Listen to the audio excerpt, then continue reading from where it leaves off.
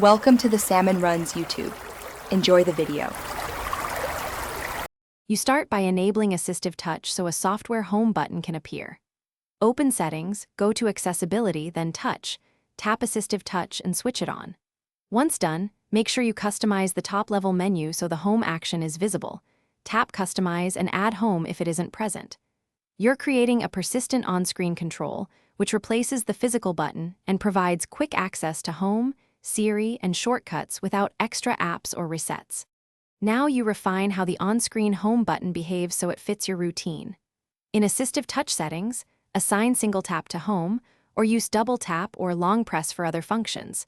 This controls what happens when you touch it. Also adjust idle opacity to make it more or less visible, and drag the floating button to the screen edge where it won't block content. Once configured, test each gesture to confirm the home action triggers reliably and feels natural. Finish by testing the on-screen home button across a few apps, the home screen, and after locking and unlocking the device. If the button vanishes, restart the device first. That often restores the overlay. If problems persist, turn Assistive Touch off and on again, or reset Assistive Touch settings to defaults and re-add home.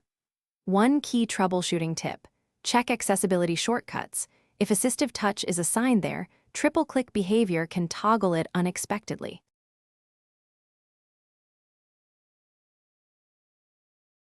Thanks for watching.